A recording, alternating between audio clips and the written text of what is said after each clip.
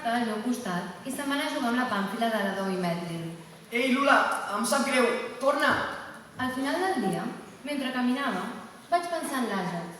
Aquell gos estúpid era la clau de tot plegat. Jo l'havia estirat pel collar, perquè havia ficat el nas en un forat gran. Sí, Vaig exclamar, i els meus germans es giraren a mirar-me. Em vaig posar a fer salts i a cridar. sí? El Taxó! El Taxó! Sé on és la peça? Porteu-me els llibres a casa, he d'anar a trobar el muntant. I em vaig endinsar a la brossa en cerca d'un dels senders dels cérvols. Què fas? Em va cridar en la mar. Què és un muntant? 3 hores després, vaig ficar el peu a la llodriguera quan començava a fosquejar i vaig estar a punt de trencar-me el turmell. I allí, just allí, hi havia una petita mata verda que podia ser bessa.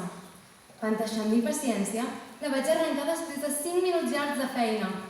Vaig franquejar la porta del darrere just quan la Viola treia el rostit del forn. Fas tard. Renta't aquí. Digué la Viola. Em sap greu.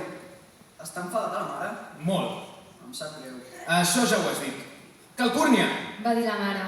fas tard. I per què camines d'aquesta manera?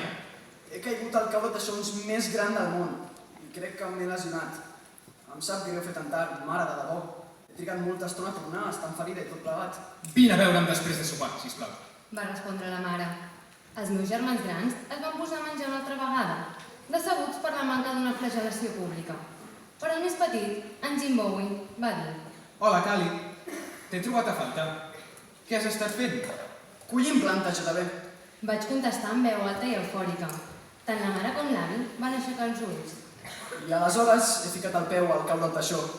Potser m'he trencat el turmell. De debò? Va exclamar en JB. El puc veure. No he vist mai un turmell trencat. Express. Vaig murmurar.